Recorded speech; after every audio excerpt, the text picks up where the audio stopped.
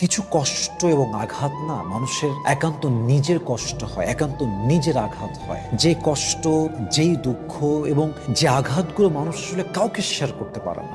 বাবাকে শেয়ার করতে পারে না, মাকে শেয়ার করতে পারে না, ইভেন সবচেয়ে কাছের কলিজার টুকরা বন্ধুকেও সে শেয়ার করতে পারে না, কারণ সে জানে যে আমার কষ্ট আমি যাকেই বলবো সে আমার কষ্ট নিয়ে মজা নিবে। Nobody is able to understand my pain. কেউ আমার কষ্ট আঘাত বুঝবে না। এজন্য কষ্টগুলো আস্তে আস্তে এমন গভীর পর্যায়ে পৌঁছে যায় যে একটা সময় গিয়ে মানুষ তার নিজের কষ্টগুলো নিজেকে বলতেই ভয় পায়। সে তার কষ্টগুলোকে ভাবলে কেমন যেন আটকে ওঠে, কেঁপে ওঠে। তার দেহের প্রত্যেকটা অঙ্গ প্রত্যঙ্গ কষ্টের কথাগুলো স্মরণ হলে, আঘাতগুলো মনে পড়লে কেমন যেন থরথর করে কেঁপে ওঠে। একটা সময় গিয়ে মানুষ তার নিজের কষ্ট নিজেকে বলতেই ভয় পায়। এই জন্য ইসলাম আপনাকে শিখিয়েছে যে কষ্ট আপনি কাউকে বলতে পারছেন না, বাবাকে না, ফ্যামিলিকে না, ওয়াইফকে না, বন্ধুকে না, ইভেন নিজেকেও না, আপনি সেই কষ্টগুলো সেজদায় লুটিয়ে, নিজের মাথাকে নত করে সেজদায় লুটিয়ে দিয়ে আল্লাহকে বল। আল্লাহ আপনার কষ্টের প্রাইভেসিও রাখবেন এবং অচিরেই আপনার সমস্ত